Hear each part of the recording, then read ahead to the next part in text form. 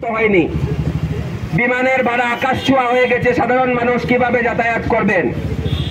এই পরিস্থিতিতে আজকে আমরা এখানে আছি, মনে হচ্ছে কোনো প্রশাসন নেই, কোনো জনপ্রতিনিধি নেই। আমরা যেন এক আদিম সমাজে বসবাস করছি এবং আমরা জনপ্রতিনিধিদের আমাদের কি বিশ্বাস করেন তারা যে আমরা বরাকের যারা নাগরিক, শিলচরের যারা নাগরিক, তারা শুধু ভোট দেওয়ার মেশিন। ভোটের সময় এসে তারা প্রতিশ্রুতি দেবেন যে ভোট দিতে হবে। এটাই কি আমাদের ভবিতব্য? এইরকম রাস্তা জাম দিনের পর দিন, বাচ্চারা স্কুলে যেতে পারছে না, অফিসে যেতে পারছে না, কাজকর্ম করতে পারছে না। চিত্তরঞ্জন লেনে সমগ্র গল্লি ডুবে আছে জলে। দিনের পর দিন তারা ভোট বয়কট করছেন, অথচ কোনো জনপ্রতিনিধিদের দেখা যাচ্ছে না সেখানে।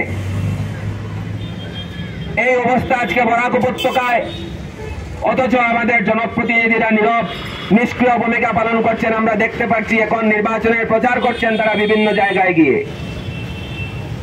আমোদ প্রমোদে ব্যস্ত। বিভিন্ন জায়গায় আসামে গিয়ে এখন তারা নির্বাচনের প্রচার করছেন, কিন্তু বরাক উপত্যকার মানুষ আজকে এই বিভীষিকার মধ্যে বসবাস করছে এবং এটাই নাকি উন্নতি।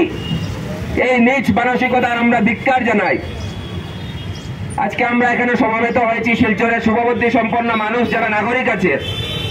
আপনারা সকলেই আজকে সমবেত হন, কারণ এটা কোনো বিশেষ দলের জমায়েত নয়। বরাক উপত্যকার আপামর জনগণ আজকে দ্বিতীয় শ্রেণীর নাগরিক বানিয়ে রাখা হয়েছে। কেন এই চক্রান্ত বরাকবাসীর বিরুদ্ধে? তাদেরকে দ্বিতীয় শ্রেণীর নাগরিক বানানো, সামান্য নাগরিক পরিষেবা পর্যন্ত আমরা পাচ্ছি না। এটা কি একটা চক্রান্ত যে বরাক উপত্যকায় আমরা নাগরিক পরিষেবা দেব না এবং বরাক উপত্যকার মানুষ অন্যান্য জায়গায় চলে যেতে বাধ্য হবেন?